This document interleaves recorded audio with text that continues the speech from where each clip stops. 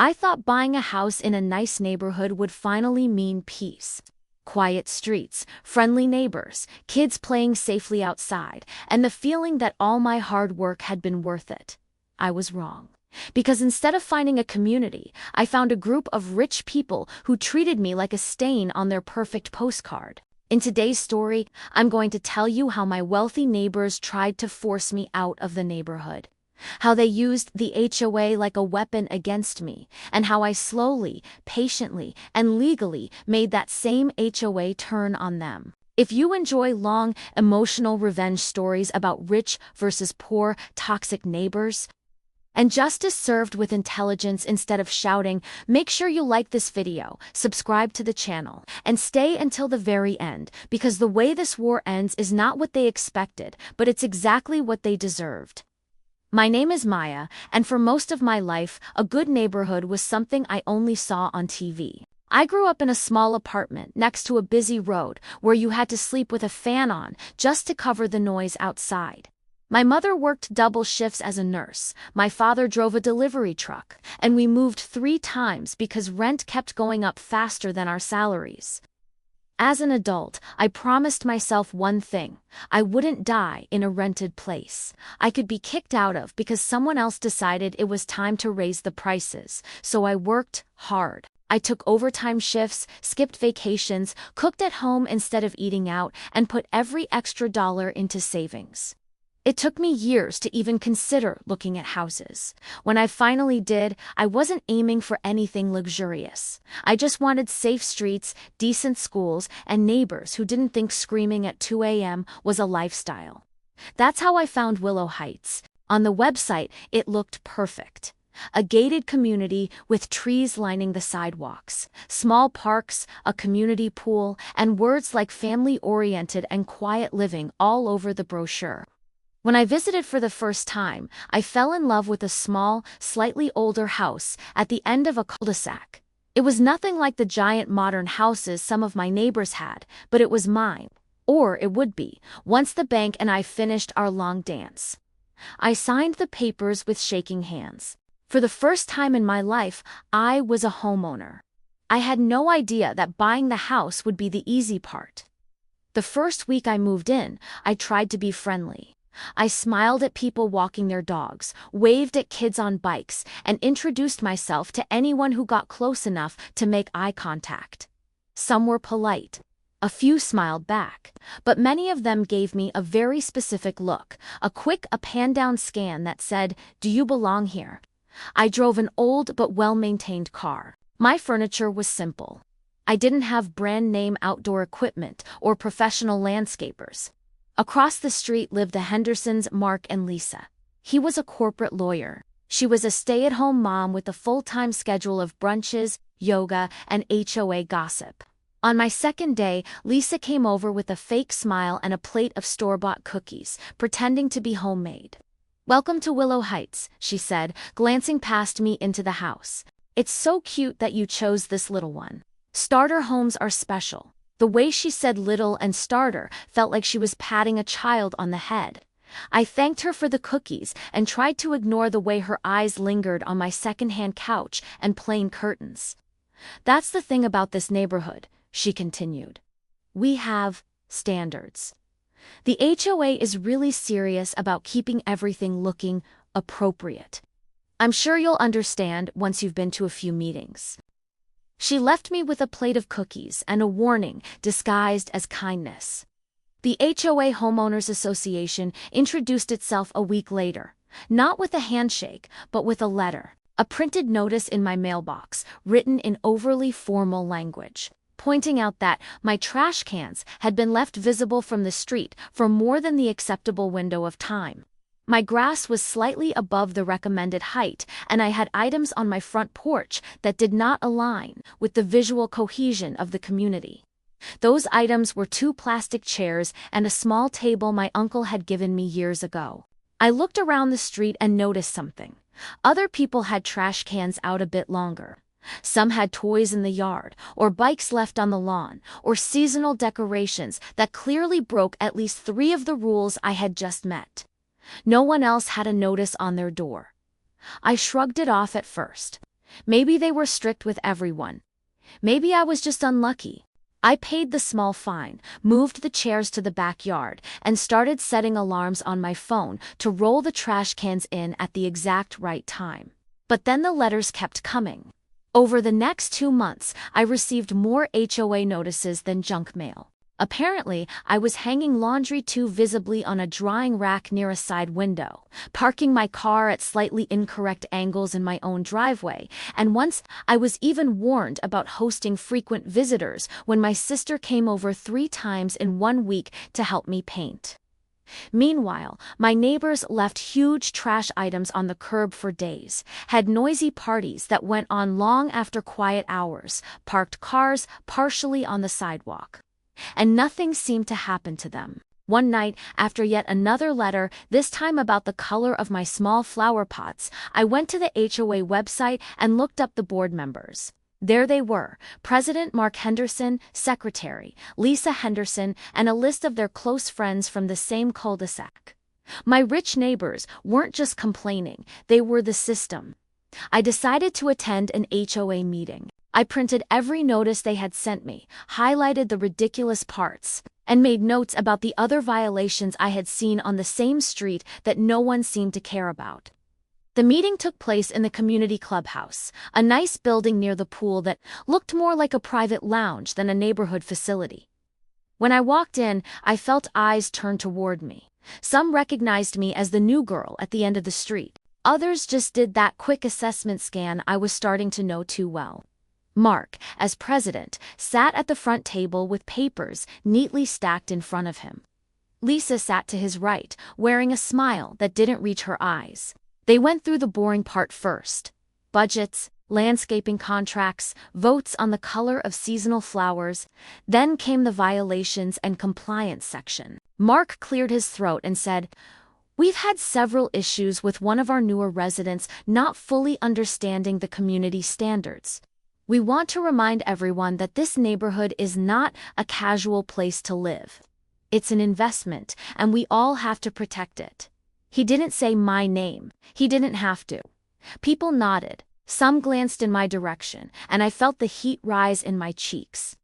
When the floor opened for comments, I raised my hand. "I'd like to address that," I said, my voice steady even though my heart was pounding. I calmly listed the notices I'd received. Then I pulled out photos I had quietly taken over the last weeks. Trash, illegal parking, loud parties, decorations that clearly violated the same rules I was cited for. None of these houses, I said, pointing to the printed photos, received notices like mine, at least not that I saw. So my question is simple: are the rules the same for everyone, or just for people you personally approve of? A small murmur rippled through the room. Mark gave a tight smile. "Of course the rules are the same," he said. "But some people just stand out more when they don't blend in. This is a very particular community. We expect a certain level." There it was, not even hidden, a certain level, a certain type of person. I didn't answer, not then, because that sentence did something important. It confirmed what I needed to know. This wasn't about my trash cans or my flower pots. This was about class. And if they wanted to play with rules and power, fine. I would learn their game better than they ever did. From that day forward, I treated the HOA like homework. I read the entire bylaws document, all 76 pages of it. I took notes, highlighted contradictions, and marked every vague phrase that could be used in more than one way. I also started talking to other residents. Not the rich, loud ones in big houses, the quieter ones. The elderly couple down the street who had stopped going to meetings because it's always the same people deciding everything. The single mom 2 blocks away who had been fined once for leaving her kids' bikes outside too long. The retired teacher who had tried to suggest a community garden and had been shut down for aesthetic reasons. They all had stories. Small, frustrating, humiliating experiences with the same group running everything. Together, they were a pattern. I began to attend every meeting, sitting quietly, listening, taking notes.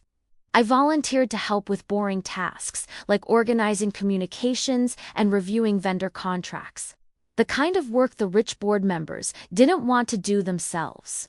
Little by little, I became useful. And when people become useful, people stop paying attention to how dangerous they can be. It wasn't enough for Mark and Lisa to make my life difficult. Their end goal was clear. They wanted me gone. The opportunity they were waiting for came when my cousin, who was a mechanic, parked his work van in front of my house one afternoon to help me fix a few things in the garage. He was there for 3 hours. 3 hours. That was enough. A week later, I received a certified letter, not just a notice, but a formal violation warning stating that I was engaging in repeated disruptive behavior, hosting commercial activity at my home, and bringing down the perceived value of the neighborhood through inappropriate visitors and property use. The letter also said that if I accumulated one more major violation within the next 60 days, the HOA would begin legal proceedings to place a lien on my property and potentially force a sale. They wanted to push me out financially. They wanted to scare me into running. I read the letter twice, then a third time, and then, instead of crying or panicking, I did something else. I smiled, because they had finally given me enough rope to hang them with. I took the letter, my stack of HOA rules, and my notes and went to see a lawyer recommended by a coworker, someone who specialized in property and HOA conflicts. We went through everything together. The notices, the meetings, the photos, the exact wording of their threats. He listened carefully, then leaned back and said, "This isn't just harassment, it's selective enforcement. If they're using the rules to target you while ignoring the same or worse behavior from others, you might have a very strong case." He helped me draft a formal response citing the specific sections of the bylaws they were misusing. Examples of other residents violating similar or worse rules with no consequences, and a clear warning that if they continued, I would file a complaint with the state and consider legal action against the HOA and its board members individually. We didn't just send this to the board, we sent it to all HOA members via email. Using the official mailing list I now helped manage as a volunteer. When the email went out, the neighborhood woke up. People who had been quietly annoyed with the HOA suddenly saw in writing what they had only felt, that the rules were a weapon, and some people were targets more than others. The next HOA meeting was different. The room was fuller than I had ever seen it. People who hadn't attended in months, even years, showed up holding printed copies of my email. Mark looked tense. Lisa's smile was plastic and cracking at the edges. He tried to start the meeting like always, but residents began raising their hands, interrupting, asking questions. "Is it true you threatened to force a sale over a parked van while ignoring a 3-day parking of a boat in front of your friend's house? Why did Anna get fined for kids' bikes, but the Johnsons can leave their trampoline half on the sidewalk? Why are we paying such high HOA fees with so little transparency on where the money goes?" The more he tried to dismiss the concerns, the worse it got. At one point, an older resident stood up and said loudly, "We are not your employees. This is not your private club. This is our neighborhood, too." Others nodded, some clapped quietly. I waited until the right moment and then spoke. "I moved here because I believed this was a community," I said. "But from the first week, I was treated like a problem to be removed. I read the rules. I've followed them more strictly than most. Yet I'm the one being threatened with losing my home. This isn't about rules, it's about who you think belongs here." Silence. Then a low murmur of agreement. What happened next was something I hadn't dared to hope for so soon. Several residents proposed a vote to remove Mark as president and to elect a new board. It wasn't easy. They resisted. They tried to derail the motion, but they had pushed too far for too long. By the end of the night, the process was in motion. Over the next month, there were discussions, informal campaigns, and more meetings. I didn't ask to be a leader, but people kept coming to me with questions, asking for help understanding the rules, wanting to know what we could change. In the final vote, Mark was removed as HOA president. Lisa lost her position as secretary. Two of their closest friends were also voted out. In their place, a new board was elected, including the retired teacher with the community garden idea, the elderly neighbor who just wanted peace and fairness, and, to my surprise, Mika became part of the HOA board of the very neighborhood that had once tried to throw me out.